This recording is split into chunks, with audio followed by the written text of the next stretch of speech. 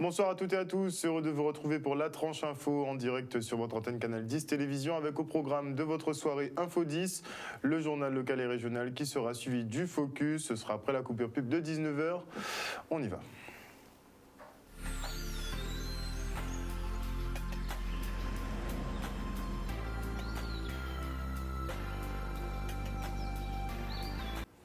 Nous sommes le mercredi 21 avril 2021 et voici les titres de ce journal. On débutera avec le point Covid de la semaine, beaucoup plus cool que la précédente, avec des chiffres à la hausse mais aussi à la baisse. On fera un point plus précis, ne vous inquiétez pas. Puis nous irons sur le piquet de grève des élèves du lycée Félix Proto aux Abîmes. Ces derniers dénoncent la non-application des règles sanitaires liées à la demi-jauge. Et en fin d'édition, nous partirons à votre rencontre pour vous questionner sur les événements du 21 avril 1944 qui ont marqué un tournant pour les femmes. Et comme vous avez pu le constater, depuis quelques jours maintenant, nous avons actuellement un gros souci technique avec SFR qui visiblement n'arrive plus à trouver le signal de Canal 10 Télévision. Quand vous zappez donc sur le bouquet TV, vous voyez Zouk TV à notre place et SFR visiblement ne sait absolument pas ce qui se passe. Et on part donc pour le point Covid de la semaine et contre toute attente, nous assistons à une stabilisation de l'épidémie. Rien à voir avec l'annonce du président Emmanuel Macron sur un déconfinement le 3 mai prochain. Les autorités se basent sur les chiffres en hausse mais en baisse. Ainsi, plus de 2000 tests supplémentaires ont été réalisés cette semaine, soit 7188 tests au total. Avec 747 cas détectés, le taux d'incidence augmente et passe à 198,2 pour 100 000 habitants. Le taux de positivité lui diminue pour atteindre les 11%. Idem pour le facteur de reproduction qui lui passe de 1,24 à 1,08 cette semaine. 9 nouveaux clusters ont été détectés, dont 3 en milieu professionnel, 1 en milieu familial et 2 rassemblements par exemple. Et à ces 9 clusters donc, qui ont été trouvés la semaine dernière, eh bien 10 clusters ont été trouvés visiblement depuis lundi, dont le cluster du CHU de Perrin aux Abîmes. Nous avons interrogé la directrice de la RS sur les contaminations au sein de ce chantier. Elle n'a pas été capable de nous donner un chiffre exact sur le nombre de contaminations, mais visiblement la situation est sous contrôle. De ce que j'ai entendu, il s'agirait d'une vingtaine de personnes à minima. 24 personnes ont été admises, sont actuellement admises en réanimation Covid. 98 personnes visiblement sont hospitalisées pour Covid.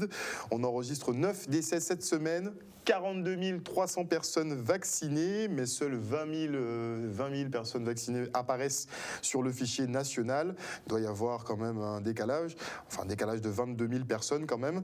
Et par ailleurs, pour accélérer la campagne de vaccination, eh bien, le préfet annonce l'ouverture d'un vaccinodrome. Ce sera du côté de l'aéroport et il sera ouvert tous les jours de 8h à 18h.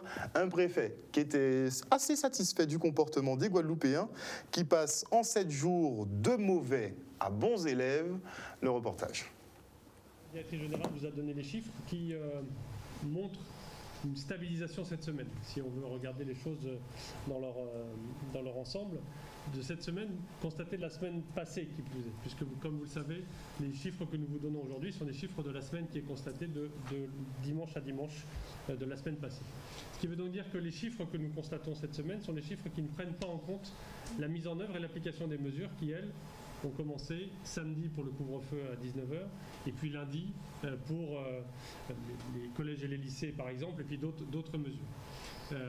Concrètement, devant nous, nous avons une étape qui est extrêmement importante dont tout le monde a bien conscience puisque j'ai lu tout ce que vous avez traité cette semaine en termes d'informations sur confinement, pas confinement. Vous voyez bien que devant nous avons une décision qui est extrêmement importante à prendre pour la Guadeloupe. Puisque nous n'avons pas encore les mesures de la date de caractère opérationnel des mesures que nous avons prises le week-end dernier, il est à ce stade difficile de prendre cette décision de confiner ou de ne pas confiner. Tout ça va dépendre concrètement de la tendance que nous allons voir sur les 5 premiers jours de mise en œuvre de ces mesures. 5 premiers jours, ça veut dire jusqu'à vendredi inclus. Et donc, jusqu'à cette date, et nous en avons parlé avec les élus qui n'étaient pas tous sur la même longueur d'onde, voilà, ça fait partie des débats et de la concertation. Nous avons convenu qu'il était important de bien mesurer l'atteinte ou non des objectifs que nous nous sommes fixés en mettant en œuvre ces mesures de couvre-feu à 19h notamment, et puis toutes les autres mesures qui sont mises en œuvre, en prenant en compte les 5 premiers jours de la semaine, c'est-à-dire d'application de ces mesures jusqu'à vendredi inclus. Et donc, nous avons convenu de réunir à nouveau le comité des élus samedi après-midi, et à cette occasion-là, nous prendrons des décisions pour les semaines à venir en fonction de l'atteinte ou pas des résultats que nous voyons, et notamment de savoir si la tendance que nous semblons observer de cette semaine se confirme. Et cette tendance qui se confirme, elle ne sera positive que si nous diminuons évidemment le nombre de cas positifs, pas si nous stabilisons, parce que nous sommes à un niveau trop élevé. Si nous diminuons, eh bien nous prendrons des mesures qui seront de la continuité de celles qui existent aujourd'hui. Si jamais nous constatons qu'après une semaine de mise en œuvre des mesures de couvre-feu notamment, nous n'arrivons pas à faire baisser de façon importante le nombre de cas, nous serons obligés de prendre des mesures supplémentaires. D'ici samedi, il est essentiel que les mesures soient correctement appliquées, que le couvre-feu soit évidemment respecté et que tous les gens continuent à faire très attention aux interactions les uns avec les autres, au respect du masque, au respect de la distanciation, comme ça a été constaté depuis ce week-end. Moi, j'ai pu constater ce week-end qu'il y avait une très bonne application de ces mesures et que même on était allé un peu au-delà. Parce qu'il y a eu une moindre participation des gens dans un certain nombre d'activités qui sont d'habitude celles des week-ends et celles de la semaine. D'ailleurs, on a vu moins de circulation sur les routes depuis lundi. Voilà des signaux qui sont importants. Donc, concrètement, voilà, on doit être capable d'arriver ensemble à passer cette deuxième vague si on continue à respecter l'ensemble de ces mesures. Et c'est aujourd'hui en conférence de presse d'ailleurs qu'on a appris que le mois dernier, il y avait 2 cas de variants indiens qui ont été détectés au niveau de la Guadeloupe. C'est bon de l'apprendre. Et on vous présente maintenant le dessin gagnant du concours initié par l'Agence régionale de santé. Les artistes avaient pour mission de créer un visuel humoristique autour de la vaccination. Et c'est Philippe Laurent, auteur de la fresque murale du collège Nestor de Kermadec en hommage aux victimes de mai 67, qui l'emporte. Il a également gagné un concours de création artistique avec le groupe Carrefour pour la campagne de pub Produits d'ici. Et là, il gagne donc un partenariat de 6 mois avec l'ARS pour ce dessin. Et je vous cite, chérie, ce n'est pas un bouquet de bougainvilliers, mais ton vaccin contre la Covid, je t'aime. Et soucieux de l'application des règles sanitaires dans leur établissement, les élèves de Félix Proto se sont mobilisés ce matin. La demi-jauge n'étant pas respectée, ils se retrouvent à 22 par classe, côte à côte et sans l'espace nécessaire. Partis demander des comptes à la direction de l'établissement, ils ont été invités à se débrouiller par eux-mêmes avant qu'elle ne contacte la police. Le reportage de Michel Depape. Les demi-jauges ne sont pas respectées. On est à 22 dans des salles. Il n'y a pas 22 tables, nous ne pouvons pas être un par table. Donc au bout d'un moment, Madame la proviseure, je pense qu'elle devrait avoir une discussion avec nous, même si à l'heure actuelle, elle ne souhaite pas avoir de discussion avec nous. Je pense que c'est la seule option qu'elle ait aujourd'hui afin que son lycée puisse reprendre le cours normal de son fonctionnement et que tous les élèves puissent regagner leur classe. Elle a dit qu'en gros, c'était à nous de nous débrouiller maintenant. Je trouve que c'est un chef d'établissement. Elle est responsable de la gestion de son lycée et aujourd'hui, elle ne le fait pas. Elle laisse ses élèves livrés à eux-mêmes, tout simplement parce qu'on lui a expliqué qu'il y a des choses qui n'allaient pas dans le planning qu'elle a défini. Alors, ce matin, moi et mes collègues, les élèves d'autres classes, nous sommes venus manifester en quelque sorte pour montrer notre désaccord avec les mesures mises en place concernant tout ce qui est demi-jauge, séparation des classes, etc. Nous avons parlé à notre proviseur, on s'est fait quasiment pas renvoyer, mais on nous a quasiment rejeté. On avait mis des palettes, etc. pour montrer qu'on est là, quoi. Et eux, ils sont venus pour retirer et au final, le mouvement de masse ne voulait pas se déplacer parce que c'est pas comme ça que ça se fait. Ils n'ont pas voulu vraiment parler et on est dans nos droits aussi de manifester. Donc au final, les policiers nous ont poussés, certains sont tombés, certains ont pu se blesser. Il faut assumer les conséquences aujourd'hui, donc on est mobilisé. Elle a appelé les policiers qui sont derrière nous, ça c'est son droit, puisqu'elle est chef d'établissement, elle dit ce qu'elle veut. Cela dit, on restera mobilisé tant qu'une réponse qui nous convient, qui convient à l'administration, qu'on trouve un terrain d'entente, on sera là, puisqu'on ne veut pas être en guerre avec l'administration, on souhaite juste qu'on soit écouté, un minimum, que ce qui a été demandé par le rectorat et par la préfecture en avant soit respecté. C'est ça quand la cohérence fait défaut. Et toujours vent debout contre la gestion de crise Covid, les Sentinelles Guadeloupe veulent rentrer maintenant dans le larel politique. Le mouvement citoyen qui a pris naissance il y a un peu plus d'un an a décidé de se lancer dans la course au régional, mais elle figurera parmi les listes dans toutes les prochaines élections visiblement. Et ses objectifs, bousculer l'ordre établi et imposer les considérations citoyennes. Il tenait une conférence de presse ce matin à l'ombre des bambous de Ancanla aux Abîmes. On écoute la tête de liste Éric Coriolan au micro de Maxime Morel. Nous sommes rendus compte qu'aujourd'hui, seule l'irruption des citoyens organisée en démarche politique dans les institutions peut faire bouger les choses. Nous avons affaire à une représentation politique qui, tant qu'elle n'est pas bousculée dans ses petits jeux habituels, ne change rien. Nous sommes témoins de la gestion Covid, nous sommes témoins des 100 radars qui ont été acceptés sans broncher par ces gens ici. Nous sommes témoins de l'eau qui est l'arlésienne, qui n'est jamais réglée, mais qui fait toujours l'objet de considérations politiciennes à la veille des élections.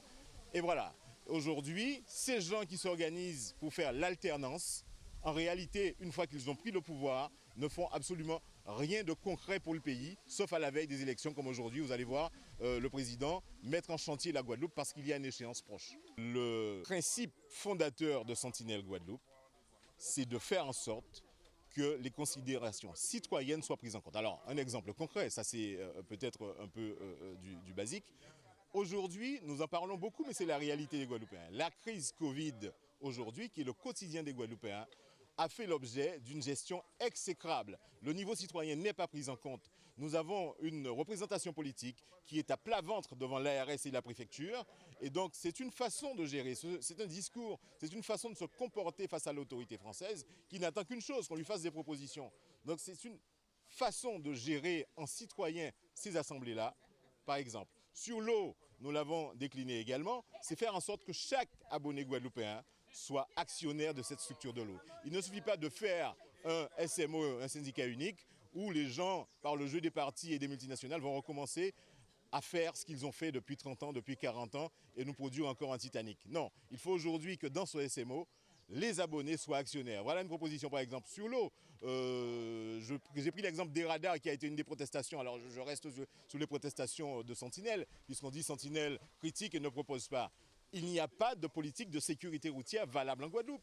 Les routes de Guadeloupe, on ne sait jamais, alors les éclairages ne sont pas convenables, les routes ne sont pas entretenues convenablement et de manière régulière, sauf qu'en face, le citoyen constate quoi? Qu'il est puni en permanence. Ce sont des petits détails, mais qui jouent sur la confiance que le citoyen peut avoir dans son niveau politique.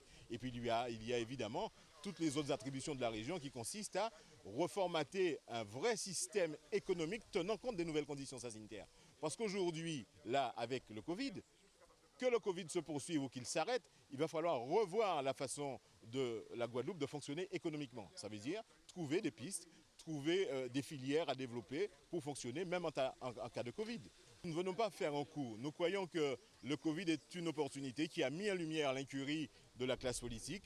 Nous ne venons pas faire un coup et nous avons été très clairs, si nous ne sommes pas au deuxième tour, nous allons rentrer chez nous en citoyen conscient qui aura compris que le Guadeloupéen continue de jouer le jeu des partis. Donc nous allons très concrètement pour gagner l'Assemblée régionale et nous aurons également des candidats dans de nombreux départements, dans de nombreux cantons dans le cadre des départementales.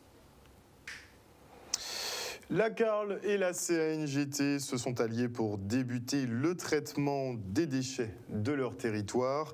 Les deux collectivités misent donc en commun sur la centrale Sinoval. Le reste en images. Le fait qu'on soit pionnier, le fait qu'on soit la première usine créée depuis 30 ans, puisqu'en 30 ans on n'est jamais arrivé à le faire, c'est la première fois. Aujourd'hui, déjà on va servir de modèle pour les autres. Et aussi, en attendant que les autres construisent leurs usines, on pourra récupérer les déchets de d'autres collectivités, de d'autres communes en dehors de notre cadre. Donc pour nous, c'est très positif. Et le fait d'être pionnier, ça veut dire que nous, on ouvre la voie.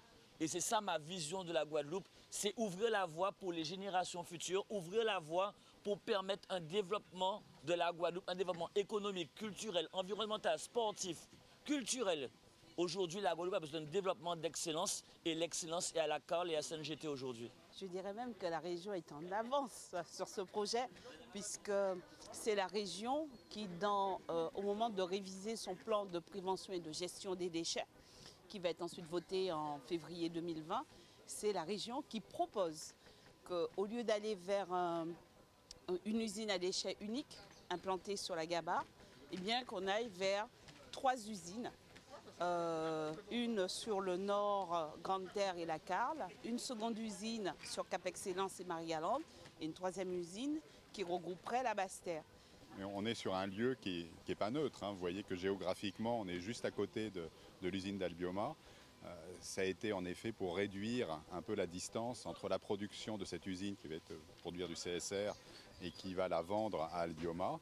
Et avec ce CSR, nous allons produire de l'électricité pour le territoire de la Guadeloupe et ses habitants. La volonté de la région, c'était premièrement qu'on ait enfin des usines de déchets qui sortent de terre, parce que ça c'est un vœu de plus de 30 ans des élus. Il y a eu différents projets qui ne sont jamais sortis.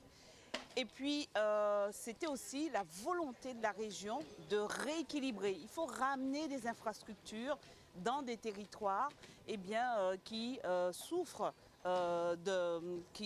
du départ de la population et de la jeune population. Les cartons étaient vides et avec le président Bardaï, avec les membres du COPIL, ma majorité de la CARL, la majorité de CNGT présente dans Sinoval, nous avons décidé de travailler ensemble et à présent aujourd'hui tout se met en place. Les planètes sont alignées pour construire cette usine et je suis très heureux que l'énergie que j'injecte et le soutien de ceux qui m'accompagnent dans ce combat, qu'on arrive à avoir des résultats. Et en parlant du maire du Gosier, notez qu'il a eu effectivement une altercation assez prononcée quand même avec des gérants des restaurateurs qui sont situés donc sur la plage de la Dacha. On rappelle que la municipalité a donc récupéré ce foncier et doit trouver des arrangements justement pour pouvoir placer des restaurateurs. Ceux qui sont présents continuent de fonctionner, ce qui n'a pas plu au maire qui s'est rendu sur place et ça a donné effectivement la vidéo qui circule sur les réseaux sociaux et il nous a donc contacté pour nous informer qu'avec la préfecture, ils allaient donc procéder à l'expulsion de ces restaurateurs dans d'assez brefs délais. Et en parlant d'usine, puisqu'on parlait de Sinoval, bien notez que la campagne sucrière à Marie-Galante devrait reprendre, tenez-vous bien, dans 10 mois pour la prochaine saison. En gros, la raison, une panne de chaudière, visiblement très difficile à réparer. Et à la rédaction de Canal 10, on aime bien tester vos connaissances en un peu tout d'ailleurs. Et le 21 avril 1944, il s'est passé quelque chose de très important. Regardez. Le 21 avril, les femmes ont obtenu le droit de vote. Savez-vous en quelle année? Non, je ne sais pas. 1944, il me semble. Soit en 89, en 98, un truc comme ça. Hein? Oh là, non. Je sais que c'est le 21 avril, mais... Bah, on date comme ça là, non. Oui, 48. 45 alors. 46. 75, 73. Le 44. Encore 1962 alors. Ça me vient à la tête, mais ça sort pas. En 1900. En 1945, 44. 1944. Au Vatican, ce n'est réservé qu'aux prêtres et comme l'Église catholique romaine ne donne pas de femmes, elles sont donc privées du droit de vote. Qu'en pensez-vous? Vous pouvez reprendre la question? penser que tout le monde doit voter. Le maman faut laisser ses mamans voter aussi. On pas vrai qu'il y a dans ça, c'est vrai. Waouh. Alors ça, c'est une question qui mérite débat. Hein. Qu'il y ait des personnes qui n'aient pas le droit de vote, ouais, c'est pas normal. Oui, les femmes, c'est pas normal. C'est pas normal qu'on ne puisse pas voter pour qui on a envie de voter.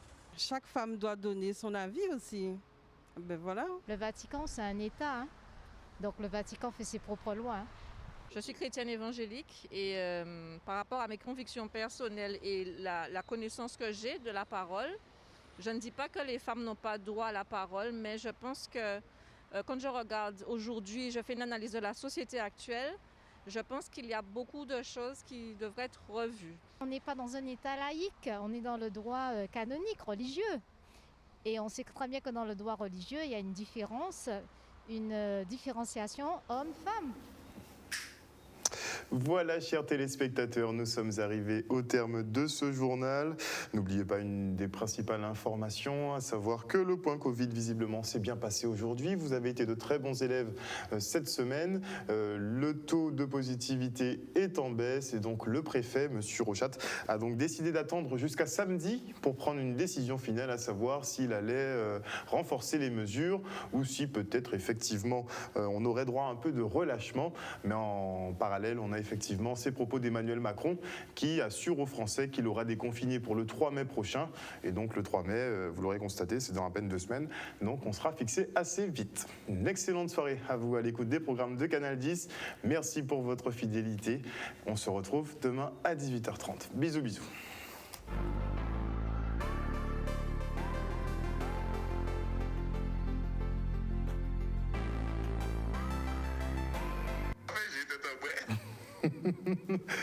Et à venir dans la tranche info sur Canal 10, le Focus, 1 heure de débrief sur l'actualité locale et l'actualité de ce soir. Ce sera dans un premier temps la pause sans filtre, un nouveau petit concept citoyen qui est assez plaisant. Il est mené par Eric Damaso que je recevrai en première partie, d'ailleurs pendant toute l'émission.